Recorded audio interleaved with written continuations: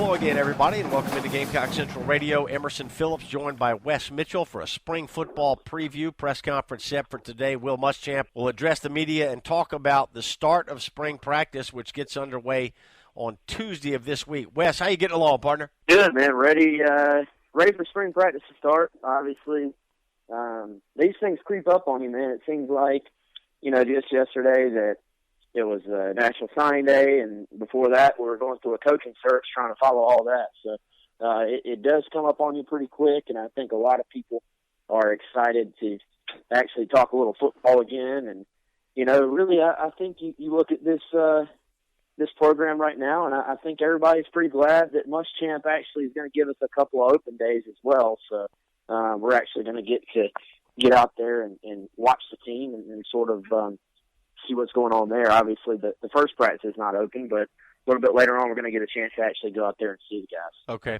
Yeah, it's really been a whirlwind since Muschamp was hired, and he put together this staff. He only had a few weeks to try to recruit as best he could for the 2016 signing class, and we found out who all those players were that committed to the Gamecocks on signing day back in early February, and just a few weeks later, here we are now getting ready for the start of spring practice. So before we get into position groups and personnel and what the new schemes might look like, Wes, talk about the practice schedule this spring. What all will that entail? Yeah, they'll, of course, start on Tuesday. And, it's going to be a little bit different. Spring game is April 9th, of course. And obviously they still, depending on the weather, some of the schedule will change a little bit, but it's going to be interesting as far as a media standpoint. We're going to have about 15 minutes each practice at the very beginning that we'll be able to get out there and watch basically that first segment of practice. And then, of course, after that, it'll be closed off. But then there will be the two practices that are going to be completely open to media and public. Everybody will get a chance to glance at the team, and then, of course, the actual spring game, of course, is always open to everybody. So, basically, you got 15 practices, including the spring game, and 3 of them will be open completely, and the other 9 will be just the 15-minute first period as far as getting to watch the guys out there. All right, the Gamecocks will have scrimmages the last Saturday in March.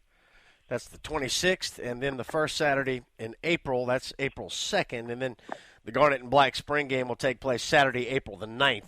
So, Wes, let's talk about the Gamecock football team here. A lot more questions than answers right now. New coaching staff, new schemes being put in place on both sides of the ball.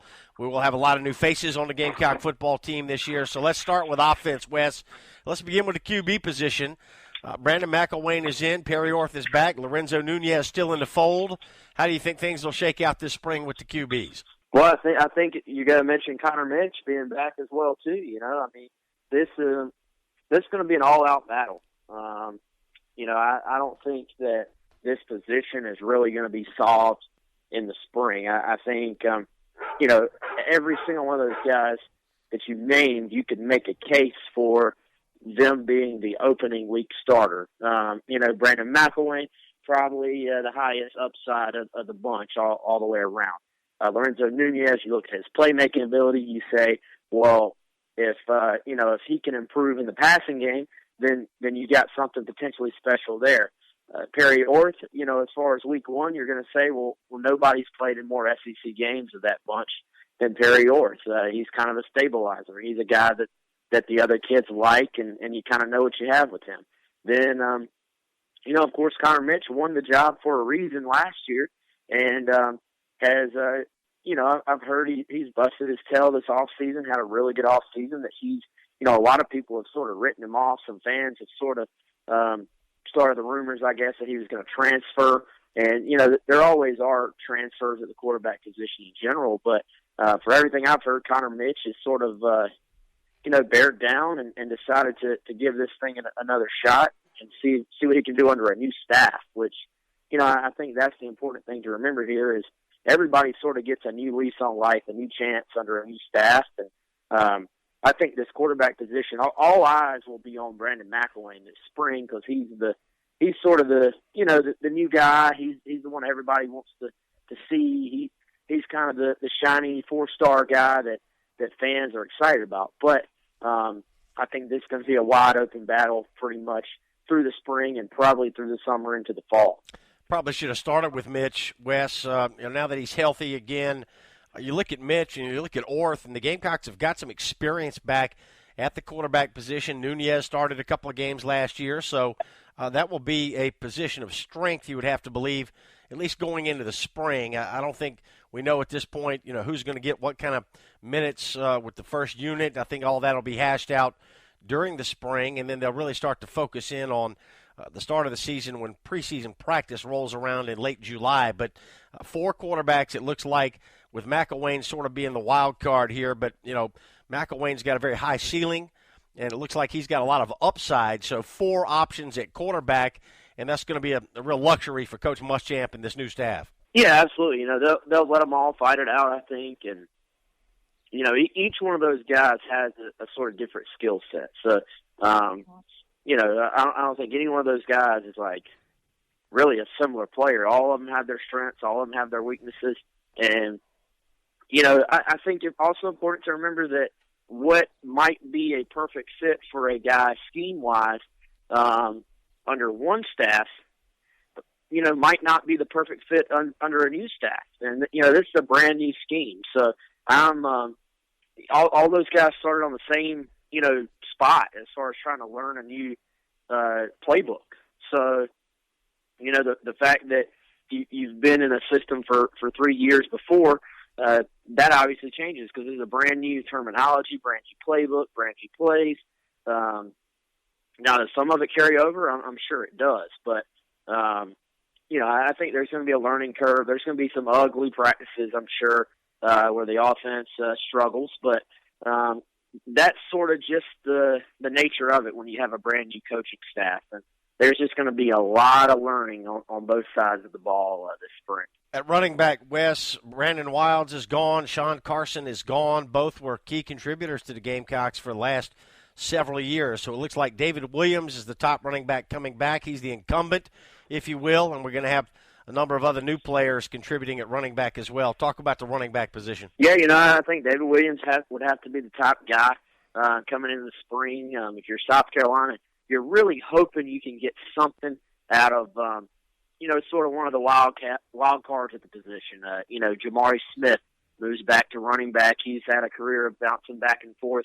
You would hope he could finally, find a home and fit in. He had a 100-yard game a couple of years ago against Coastal Carolina. Kid's got some talent. So, you'd hope he can finally settle in there. The 2 red-shirted freshmen, A.J. Turner, Mine Denson. If you're South Carolina, you're hoping maybe you can get something out of one of those guys that they're ready to roll this spring as well. And then, Rod Talley, the walk-on kid or former walk-on kid, very, very good special teams player for South Carolina last year. He's the type of guy that I think could probably have a big spring because generally, you have a couple of walk-ons that step in and play pretty well in the spring, it seems like, when they get an opportunity. So I could see Rod Talley having a pretty big spring as well. Of course, I think ultimately at that position this fall, if you're South Carolina, you're hoping that, a couple of these true freshmen maybe are going to get in the mix. Of course, C.J. Freeman, already on campus for South Carolina, so that's another guy. I almost forgot him. CJ is someone that fans will get a chance to look at for the first time, and then Rico Dowdle will be on campus, of course, by the fall, getting in this summer. So that's a position that I think again David Williams probably just makes the most sense for him to be the starter. But I think past that, it's really completely up in the air. I think that position could go any number of different ways. Wes, my understanding is that Will Muschamp is very high on David Williams and feels like he could thrive as a number 1 running back in the SEC in his offensive system. Perhaps, Williams wasn't in an ideal situation the last couple of years with, sharing time in the backfield, splitting carries, but Williams is going to have an opportunity to shine this year, and I think Muschamp is high on him, likes his prospects for a good year coming up in 2016. Yeah, and, he's a guy that I think just has to get comfortable. He has to go play. He has to, he's a guy that's always sort of had that potential, Emerson, but it's just never quite come together. And I think that's always it's always sad to sort of see the potential not be reached for a guy. And it seems like that dude's a senior, but he's actually got 2 seasons left. So if he were to sort of get comfortable and put it all together this year, then he's really got a chance to sort of salvage his career and have a really, really good finish to his time in Columbia. So, I think he's got to watch the comfort level there.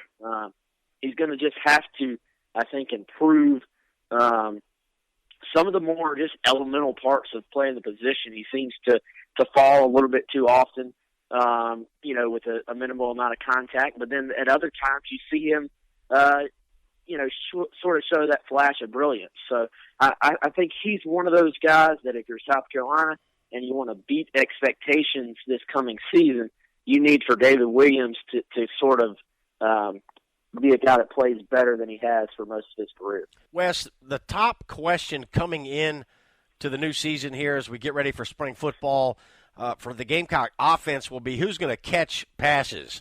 Farrell Cooper's gone. Jarrell Adams is gone. The most recognizable name that will be back off of last year's team is Debo Samuel.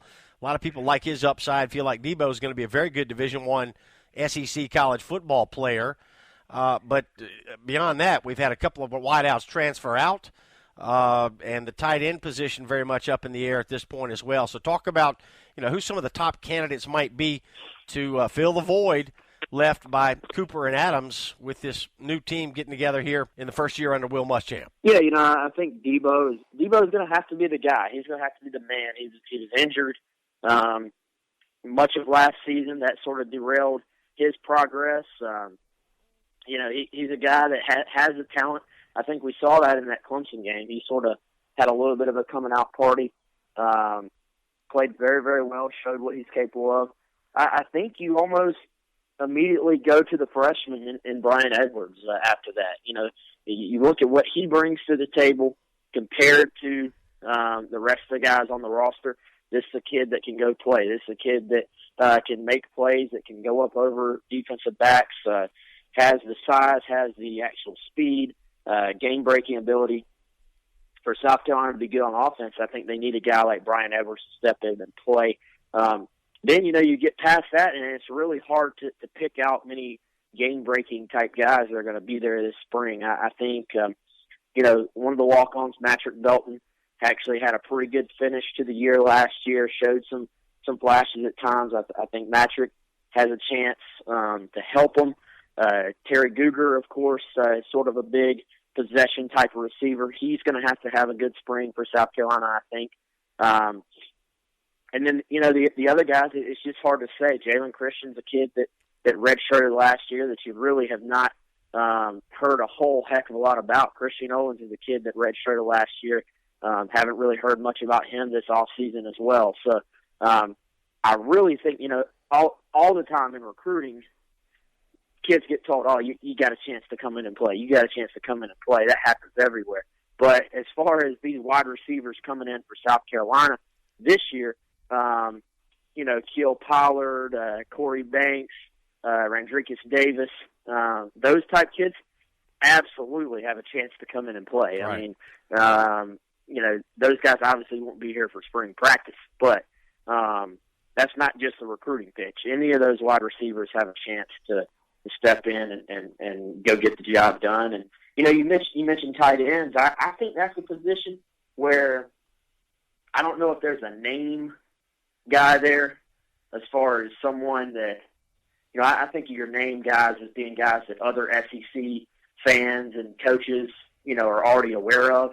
I don't think there's a name established guy there, but I think that position is quietly going to be very, very good. Hayden Hurst has bounced back a little bit from tight end to receiver in his career. He's currently working at tight end. He's actually put on some really good weight, had a great offseason. You look at Hurst, you look at Casey Crosby, who I think finds a new lease on life at that H-back position. Crosby is a perfect fit for this scheme. Then Kyle Markway played a little bit as a true freshman last year. really is just the type of kid you want on your football team, busts his tail every day, has good hands, can make plays. I think that tight end position, there's not a Jarrell Adams among that bunch, a guy that people are saying, wow, look at the upside here.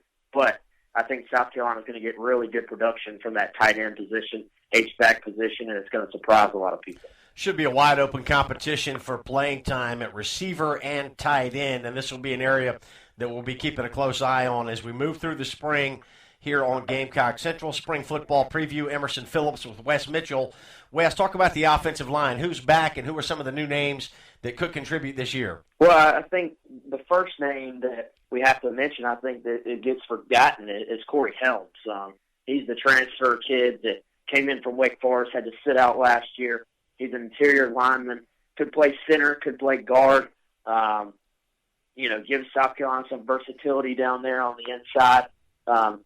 Really, I think is an automatic starter for South Carolina. He's going to be starting at some position along the line. So Helms, in there, Allen Knott in there at center or guard. You get Zach Bailey back, who can probably going to play guard, I think. Then you have, Donnell Stanley, DJ Park battling in there. Too, I think that's a position, especially the interior of the line, where South Carolina is probably in pretty good shape. I could see it being an interior line of Corey Helms, Allen Knott, and Zach Bailey. But at the same time, if DJ Park or Donnell Stanley step it up this season or, this preseason, I can see one of those guys still in one of those positions too. So I think you're going to have some good competition there. The tackle position, I think, is a little bit more in disarray as far as projecting or predicting what's going to happen. Mason Zandy, you'd imagine, would be a starter at one spot, but, the other side, you sort of wonder what direction that'll go. I think Christian Pellis, the true sophomore who came in and played a little bit last year, will be in the mix, probably at left tackle. Blake Camper, same deal. He's a true sophomore. He'll have a chance to probably play. And then, this summer, Akeem Cooperwood, who is a junior college guy, he'll have a chance to show he's ready to play. So I think interior-wise, they're good. They're good as far as starters, and they're good with depth. Outside at tackle, a little bit more difficult situation for South Carolina. They're going to have to find a left tackle to feel really good about this offensive line this year. We invite you to download the free phone apps that allow you to listen to Gamecock Central Radio on your phone. We've got an iPhone app and an Android app, and we're also on iTunes. Simply search Gamecock Central Radio for all three. Wes, let's talk defense. Gamecocks really looking for improvement from the defensive line group, and I see a tremendous amount of depth here. Dante Sawyer, Kelsey Griffin, Marquavius Lewis, all return. Taylor Stallworth, another name that Gamecock fans are familiar with. And some other names. Boozy Whitlow played well last year. Abu Lamine, Ulrich Jones, Kier Thomas. A lot of depth at the defensive line positions. Dexter Weidman could be another player that emerges as a top-flight player this year. Talk about the D-line. What do we know about Muschamp's scheme, and how might he utilize all these players? Well, I think that's the question that has to be answered this spring is which guy best fits in sort of each predetermined spot on the defense. It's a very different scheme than what South Carolina ran before. You see a lot of these guys listed as, quote, outside linebacker on the roster South Carolina has put up on their website. You have Boosie Whitlow there. I think Darius English there. Maybe Kier Thomas as well. I think so. That is, I believe, sort of correlates to the buck position in this scheme, which is a hybrid outside linebacker defensive end spot. Now, could a guy like Quay Lewis potentially play that position as well? I think he was South Carolina's best pass rusher last year. Yes, he could. Right now it seems like he's sort of slated for that true defensive end spot because there's basically only one true 4-3 defensive end spot in this scheme. Could a guy like Dante Sawyer potentially slim down and fit in at that position? Absolutely. Where does a Dexter Weidman fit in, and is he ready to show, that he's prepared to start to live up to that potential we know that he has by working hard.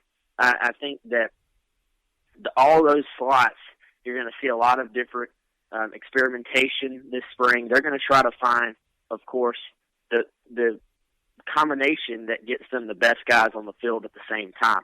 And, they may not know that until the fall. But I think this spring that's what you're going to be doing because there's a lot of bodies there. But not all those guys have really completely lived up to their hype. I think a new scheme and a new coaching staff is really a godsend for a lot of those defensive linemen. They'll get a chance to show what they can do, I think. And I think Kelsey Griffin, you mentioned him, a senior. I've always thought this guy sort of makes plays, but never really played a whole lot. So, I think this helps for him, sort of gets him maybe a little bit more on the forefront and gives him a chance to go play. So Dante Sawyer actually going to miss the spring, I saw, with a shoulder injury, so he won't be in the mix this spring, but of course we'll be back in the mix this summer and fall. And he's a guy I think obviously is going to play a ton for South Carolina this fall. So, to me, we talked about the receivers sort of that position where we really just don't know, and it's going to have to be about freshmen, I think. Defensive line is a position where you feel like there's some bodies, you feel like there's some talent, and now the most interesting thing is going to be to see how Muschamp and company decide to take the puzzle pieces and fit them all together. Sky Moore, all-SEC linebacker, headlines this returning group for the Gamecock defense, and we know what we've got with Sky Moore, Wes. He's a proven commodity. How important will it be for him to be on the field extensively during the spring, learn this new system, and establish exactly what his role with the new look defense will be? Talk about Moore. A lot of time veteran players don't participate fully in the spring because you don't want to risk injury. But with the new system being put in place, I'm wondering, how important will it be for Sky Moore to fully participate in the spring? Talk about him this spring and the linebacker position overall. T.J. Holloman, Jonathan Walton, among the players that will compete for playing time at linebacker. Yeah, well, and you're going to have Sky Moore mixing in there at safety potentially, and he'll get a chance to show he can play that position for South Carolina. I'm interested to see if Sky will be playing a true regular safety position, or if it's going to be more of sort of a hybrid spur type position that we've seen South Carolina use in the past in their defense. He's another guy that you're sort of, he's on the field, but it's not really clear yet exactly how he's going to fit in, how they're going to use him. But, I think Sky is a guy that can play in any scheme. He plays a lot on his instincts. He just has a knack for getting to the football. He's a sharp kid. He's a smart kid. Sky's going to be fine. I think, you want to be careful with him, but, the defensive guys, you want to play hard in the spring, but you also, you want to be careful too. You want to keep your knees out of piles. You want to get out of the way when there is a pile up, stuff like that in the spring if you're a guy like Sky Moore. But that linebacker position, I think you have to actually feel pretty decent about it. I think Bryson Allen Williams is a kid with sort of a new lease on life with a new staff, can really finally actually settle into one position and go play it. T.J. Holloman obviously has some experience. You got Jonathan Walton in there. Lorenz Bryant is a guy that's always been talented, but has never quite put it together. You wonder what he can do with a new staff, with a new direction. So, I look at that linebacker position. I see a number of guys that have ability, and it's going to be up to the staff to put them in the right spot. And hey, Jordan Diggs is listed as a linebacker as well. Right. I think Jordan Diggs is a far better fit for linebacker than he is trying to play in space at safety in a two-deep defensive scheme, which is what John Hoke was asking him to do last year. Just don't know that was a perfect fit for Jordan Diggs. So I'm interested to see what he can do a little bit closer to the line of scrimmage where he doesn't have to play in quite as much space.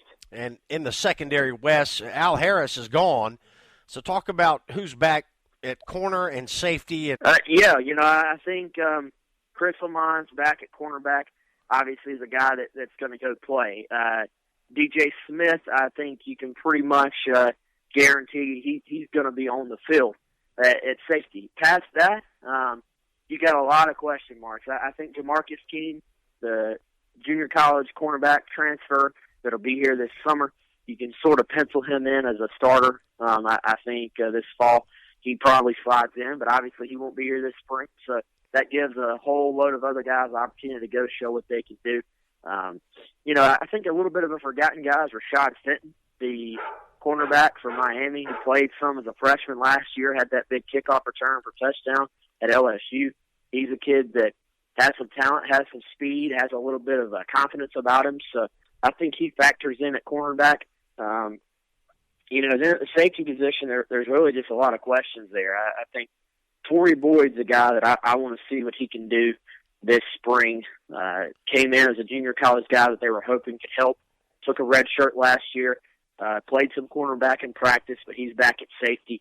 The safety position, as much as we talk about the wide receiver spot, safety position, really, really big question mark. And, that again goes back to the question of where is Sky Moore actually playing. If he's playing one of those true safety spots, then, maybe between he and DJ Smith, that spot's okay. That spot's locked down. But if not, I think you have a lot of questions there. And, I think we always talk about this scheme in terms of a 4-3 and a 3-4, but really, teams these days, you're going to be in your nickel package probably 70% of the time because so many offenses, are going to run some variation of the spread. So you're going to have an extra defensive back on the field pretty much 70% of the time or more.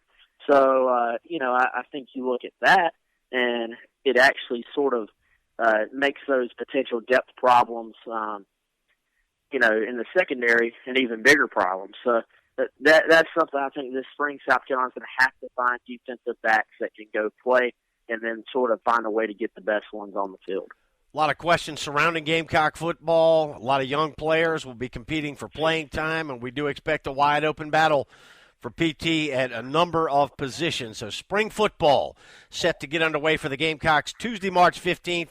We'll have scrimmages on March the 26th and again on Saturday, April the 2nd. And spring football practice will be completed with the Garnet and Black spring game at Williams-Brice on Saturday, April the 9th. Wes, good stuff today. Thanks for the update. All right, Emerson. We'll, of course, have complete coverage of all that on GamecockCentral.com, and we're looking forward to it. Much looking forward to it. He's Wes Mitchell, and I'm Emerson Phillips, and this is Gamecock Central Radio. Thanks for joining us.